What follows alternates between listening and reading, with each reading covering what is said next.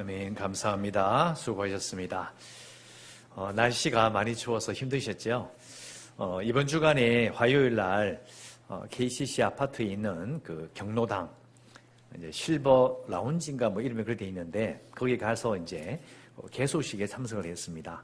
뭐 구청장도 오시고 그다음에 국회의원, 우리 사모님들도 오시고 그 외에 뭐 시의원, 구의원 다 오셨더라고요. 그래서 인사하고 그리고 이제 그 광고 시간에 이제 뭐 서울교회에서 이제 할머니 방에 뭐 소파 세트를 기증했다. 그리고 서광교회에서는 남자 할아버지 방에 뭐 기증했다 이렇게 광고를 했고요. 끝나고 나서 이제 그 경로당에 들어가 가지고 이제 또 둘러보면서 또 경로당 그 회장님하고 함께 참석했던 장로님하고 같이 우리 교회가 기증한 그 소파에 앉아서 사진도 찍고 그렇게 했습니다. 그래서 분위기는 참 좋았으면 좋았고 또 같이 동료를 계속 볼 사람들이니까 이제 계속해서 좋은 관계가 있었으면 좋겠고 우리 박근장 권사님도 그 경로당 행사에 참석하셨다가 그리고 그 같이 또 앉아가지고 또 뵙기도 했습니다. 그래서 앞으로 참으로 좋은 관계, 좋은 일들이 우리 교회를 중심으로 많이 있었으면 좋겠습니다. 그리고 지금 날씨가 추운데요. 우리가 있는 옛날 예배당과 다른 점이 뭐냐면 여기가 난방을 안 해도요. 확실히 덜 추워요. 새벽에 앉아보면요. 옛날 본당은 무릎 담요를 덮지 않으면 앉아 있을 수가 없는데 이 주중에 수, 목, 금, 토까지 엄청 추웠잖아요. 근데 안 해도 돼요. 야, 이게 15년 좀 더 된 건물인데 새로 지은 건물은 얼마나 따뜻할까요? 그렇게 되는 거예요. 기분이 참 좋더라고요. 야, 이 건물들이 따뜻한데, 야, 가면 참 좋겠다. 그래서 정말 날씨가 좋아지는 5월에 우리가 함께 예배드리는 그 시간을 생각하면서 이 추운 겨울을 여러분 잘 지내셨으면 좋겠습니다. 자, 제가 지금 준비한 설교는요, 1월 첫 주일에 들어가는 하늘 열리고 주의 영광을 보는 교회라는 1년 주제에 맞춰져 있는 그래서 믿음의 시리즈로 계속 지금 설교가 진행되고 있어서 저번 주에 우리가 읽었던 그 8절 말씀이 있잖아요. 그 은혜에 의하여 믿음으로 말미암아 구원을 받았다. 요 구절과 연결해서 계속 말씀을 이제 이어가도록 하겠습니다. 뭐 성탄 설교도 하고 싶지만 바로 내일 또 성탄 축하 예배니까 이해해 주시고 말씀을 들으셨으면 합니다. 지금 우리가 계속해서 수요 예배, 금요 기도회, 오후 예배 때까지 지금 사무엘상을 설교하고 있는데요. 이 사울 왕, 그 유명한 왕이 이제 잘 아시는 대로 그 아말렉을 정복을 합니다. 정복을 했는데 정복하고서 사울 왕이 친 사고가 뭐냐면 자기 기념비를 세워요. 자기 기념비의 뜻이 뭐예요? 그 기념비에 뭐라고 쓸 거예요? 이렇게 쓸 거잖아요. 내가 한 거야 이거예요. 오늘 제목이 그거잖아요. 사실은 내가 한 거야. 그러니까 아말렉을 정복한 그 사건이 그걸 내가 했다는 거예요.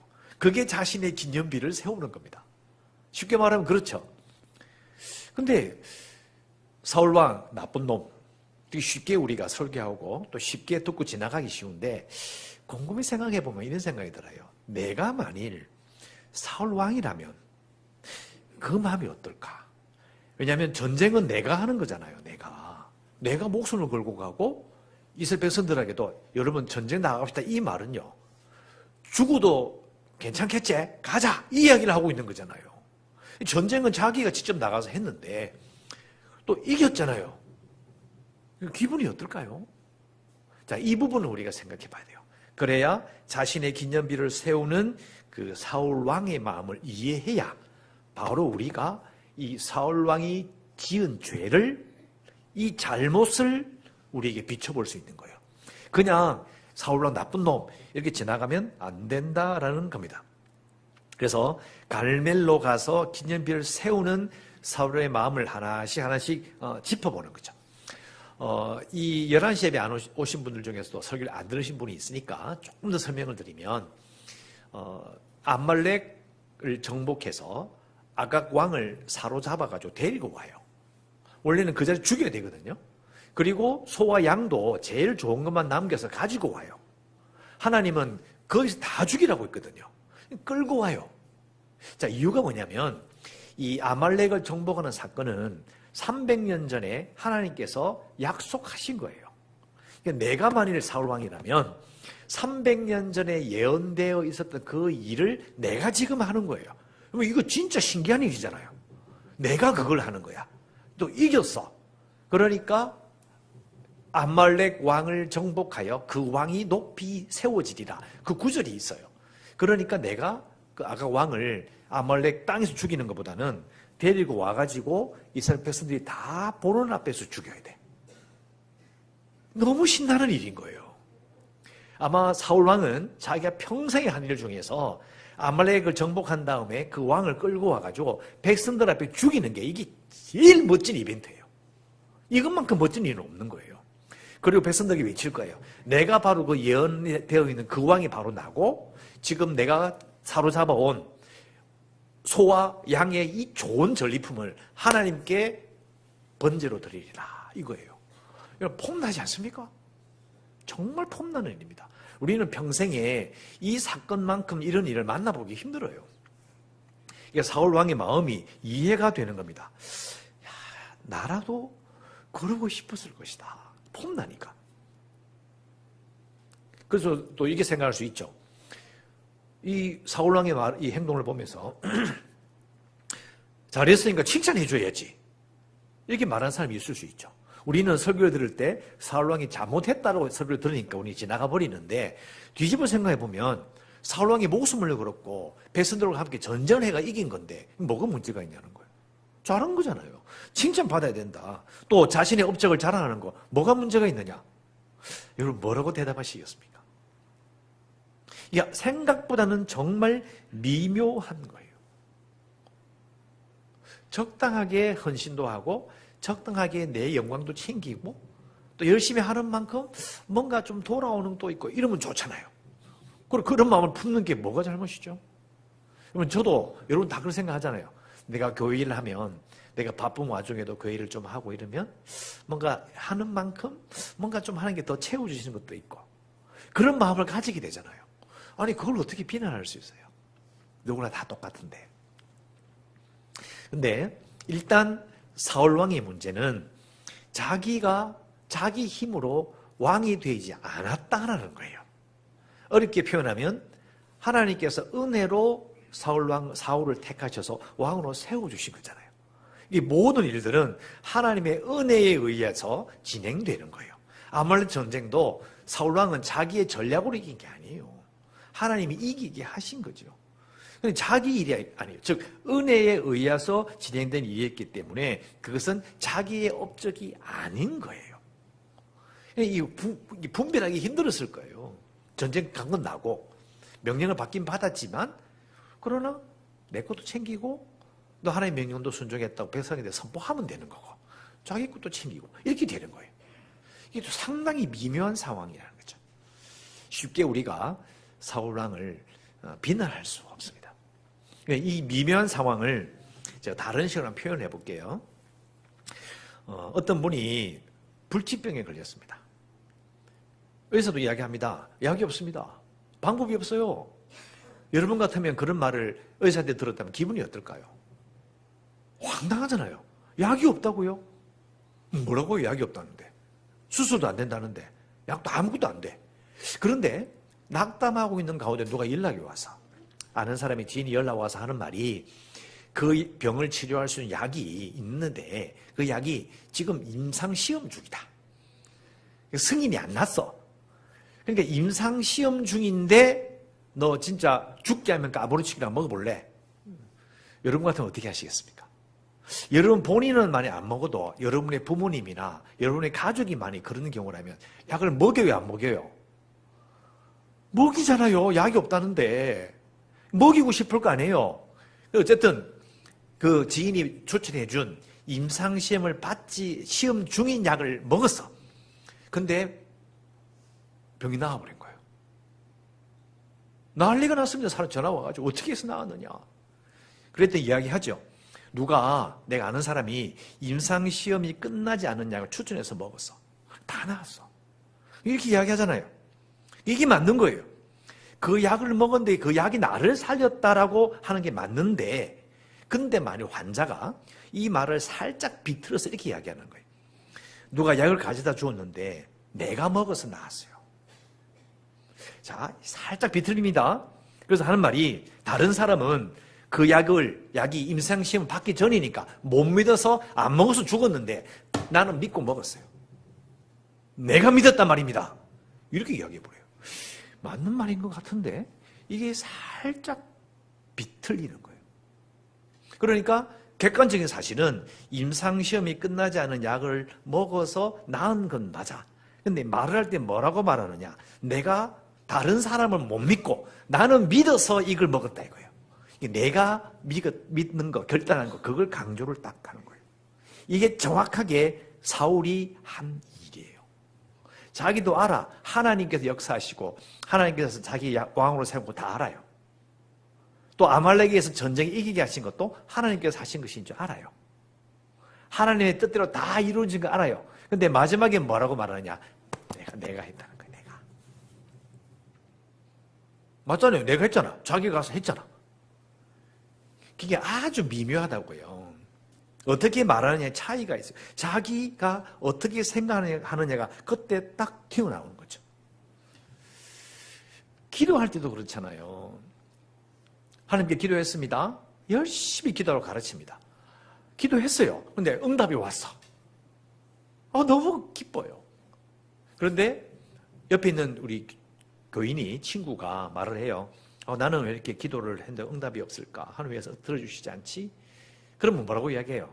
야, 너 더 열심히 좀 기도해봐. 열심히 기도하면 응답해 주시잖아. 나를 봐. 이렇게 딱 이야기해요. 아주 이상한, 약간 비틀려요. 그래서 내가 열심히 기도했기 때문에 응답이 있다라고 이야기가 딱 돼버려요. 자, 나쁘다고 비난할 수 없을 정도로 미묘하게 내가 한 거예요. 이게 문제가 될 수 있습니다. 우리가 예배를 드리는 모든 것들은요, 우리가 구원받은 모든 것도 내가 애써서 한 건 없거든요. 근데 오늘 말씀해 보면 5절에 나옵니다. 가로가 쳐져 있어요. 너희는 은혜로 구원을 얻은 것이다. 그런데 8절에는 믿음으로 말미암아 구원을 받았다고 딱 돼 있어요. 이게 어떻게 보면 이게 앞뒤가 안 맞는 거예요. 여기는 은혜로 받았다, 뒤에는 믿음으로 말미암아. 근데 왜 이게 안 맞다고 느껴지느냐? 믿음은 이게 누구의 믿음인지가 안 적혀 있어요. 잘 보세요. 없잖아요. 그 은혜에 의하여 믿음으로 말미암아 구원을 받았다. 탁 지나가는데 누구의 믿음으로 말미암아 구원을 받느냐고요. 그게 없어요. 그러니까 이게 번역 따라서 엄청난 차이가 있는 거예요. 사람들이 착각하기 쉽죠. 왜? 팔이 안을 굽으니까. 사울도 팔이 안을 굽잖아요. 하나님이 하실 일이 분명하고 하나님이 300년 전에 연한이 분명한데도 내가 직접 그 일 현장에 있어 보니까 이건 내가 한 거야. 약을 먹어가 나와도 이건 내가 결단해서 먹었어. 이렇게 싹 꺾어버려요. 팔이 안을 굽으니까. 그러니까 말씀도요. 그 위에 너희는 은혜로 구원을 얻은 것이라고 되어 있는데도 밑에 믿음으로 구원을 얻었다고 딱 이야기하니까 그 믿음이 누구 믿음이냐? 내 믿음인가? 내 믿음으로 생각해요. 이게 헷갈리는 거예요. 나를 은혜로 구원해 주시던데 또 나도 예수 믿을 때 나도 믿고 싶은 마음이 있어서 믿었지? 이렇게 생각하는 거예요. 근데 진짜 이게 미묘한 거예요. 이상하게 비틀려요. 우리가 스스로 알아채지 못할 정도로 약간 비틀리는 거예요. 깊이 생각해 봐야 돼요. 근데 이게 어떤 문제가 생기느냐? 번역을 믿음으로라는 이 말을 그게 소유격이 정확하게 누구의 믿음인지가 없기 때문에 사람들이 자기도 모르게 내 믿음이라고 생각하기 쉬워요.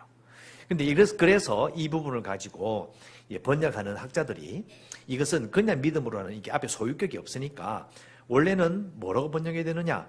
그리스도의 믿음으로 번역해야 된대. 아니면 믿음이라는 단어와 신실하시는 단어가 같은 단어를 쓰기 때문에요. 이것은 그리스도의 신실하심 또는 그리스도의 믿음으로 번역해야 된다 말이 맞는 거예요.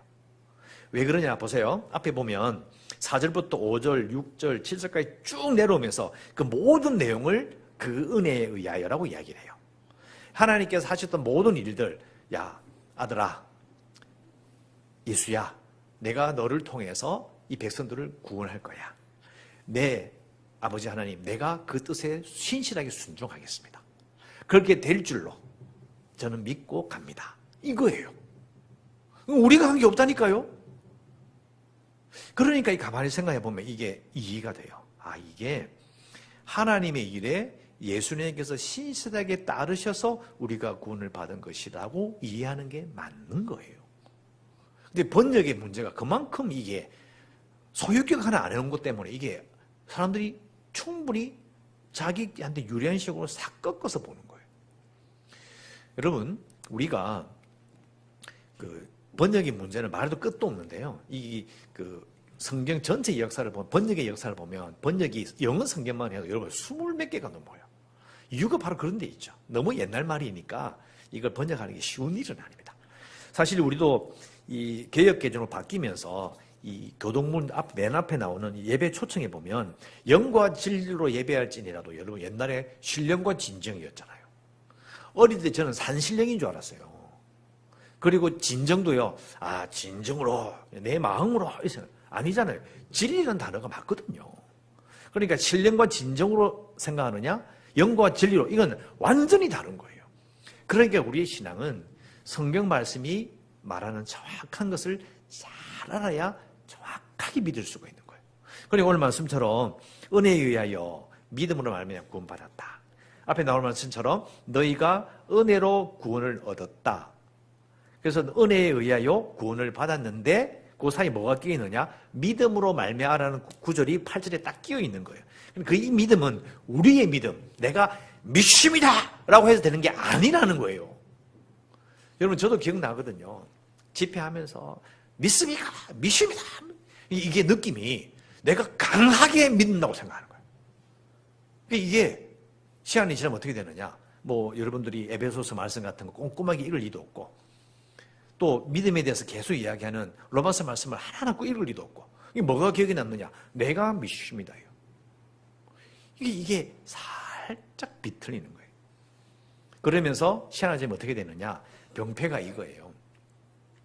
모든 일들이 내가 해서 내가 잘 되고 내가 유명해지는 일에 자꾸 거기에 집중하게 돼요. 그러니까 교회 생활이 왜 재미없느냐? 내가 하는 일이 없는 거예요. 내가 뭔가 해서 좀 칭찬받을 만한 일이 없는 거예요. 여러분, 목사가 설교한 다음에 내려가면 성도들 중에서 말씀하죠. 목사님 오늘 은혜 많이 받았습니다. 근데 그 은혜는 솔직히 이야기하면 그 말은 그렇게 말하면 안 돼요. 은혜는 제가 주는 게 아니거든요. 근데 은혜 받았다고 표현하는 이유는 제게 감동이 되었습니다라는 말이에요. 이게 자기 입장에서 생각하는 거야. 자기 듣기 좋은 말을 했다 이거예요. 근데 은혜는요, 하나님께서 역사에서 주시는 그 은혜는 나의 영광과 상관이 없어요.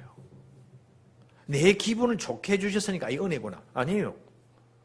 그러면 그게 결국 뭐냐? 팔이 안으로 굽고 내가 모든 것이 내게라는 것으로 다 꺾이기 때문에 자신도 모르게 그렇게 생각하는 거예요. 여러분이 잘못했다 비난하는 게 아니고요. 저도 똑같아요. 저도 있잖아요. 이 담임 목회를 해보니까 솔직히 재미가 없어요. 너무너무 재미가 없어요. 왜 그러냐면 제 마음대로 하고 싶은 데 전부 다 하면요, 이건 너무너무 재밌는 일이에요. 근데요, 교회는 내가 주인이 아니고 하나님이 세우신 예수 그리스도의 몸이 교회고, 교회의 머리가 예수님이잖아요. 그럼 나는 여기 주인이 아니야. 그러니까 장로님들과 함께 협의해서 하죠. 그러면 장로님들이 협의하면요, 제 마음과 똑같이 인치하겠습니까? 아니에요. 그럴 수가 없어요. 전부 다 다른 생각을 가지고 있는데 여기에서 협의하고 생각을 맞춰가는 거죠.